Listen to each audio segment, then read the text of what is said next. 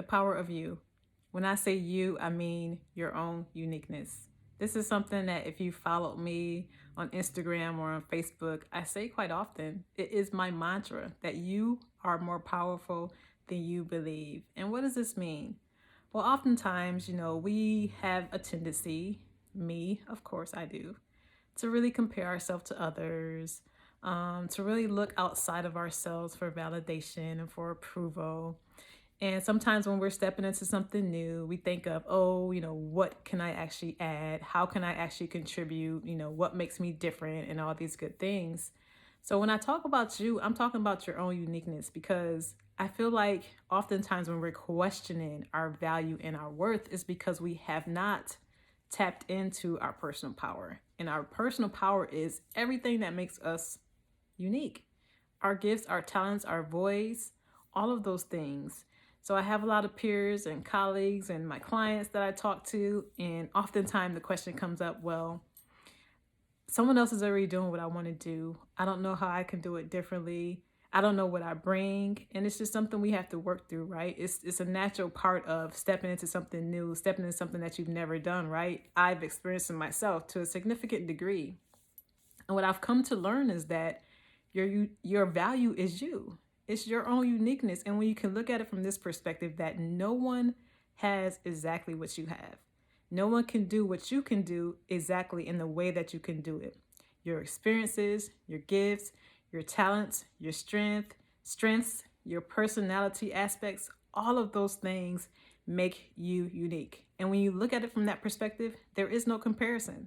There's no comparison because there's only one you. There is one you created for one specific purpose on this earth, and that purpose that only you can fulfill. And learning this and really embracing this was something that had a profound impact on my life because I've always been the type of person that really questioned, like, what am I here for? What am I here to do? What was I meant to do? And so really finding my purpose and really finding my passion brought me back to this concept of my own uniqueness and all of the things that make me unique. And for a long time, instead of really embracing that, I really questioned those things or I wanted to change those things. For example, my quirks, the way I am by default, like I'm a very analytical person. I think things through. Even some of my other quirks, like, just being the type of person that's, I've always been a positive person. I've always been the type of person that could look at things from a positive aspect or bring the light into a situation when other people are like really in the space of, looking at it from a negative point of view. I've always been that person that's like, hey, wait, well, what if you looked at it from this way? Even some of my physical attributes and things like that, wanting those things to be different. Like ever since I was little, I've always been very thin, skinny, as they would say. I got so many jokes about that. So many people, family included, not of any ill will, but yeah, family included, that had things to say about my body and my weight and things like that. And then you add to that society, right? Add to that society who throws us this picture of what beauty is and what beauty should look like. And if you don't have this and this size, then you don't fit into that category, right? So it's hard. It's really hard to wrap your mind around everything that is unique about you when you have all of these influence from family, from society that really does the exact opposite, right? It just really makes you feel less than. It makes you feel like you're unworthy and you're not deserving of anything when you're comparing yourself or you're measuring yourself by these external things.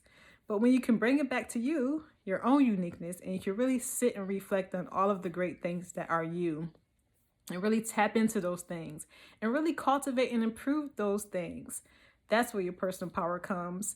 That's when you tap into something that is surely and uniquely just you, and it's special, and it's who you are.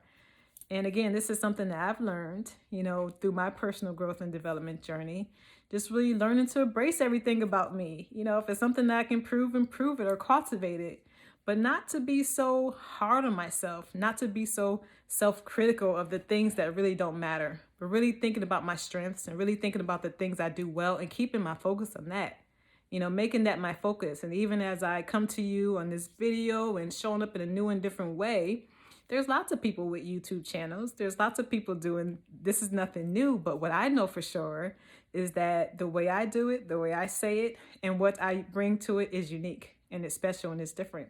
So as you go about and you think about what's next for you, if you're looking for your purpose or your passion, or you're really trying to figure out, how you can be of value, how you can use your voice, how you can make a contribution and be of service to each other, to others, think about everything that makes you unique.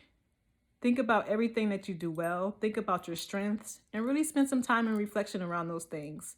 And from there, you will find your personal power and you will find your truth. And as you embrace that, that's when you'll be able to step into your next level and step into the next thing that's right for you, the next best step or whatever that may be. So until next time,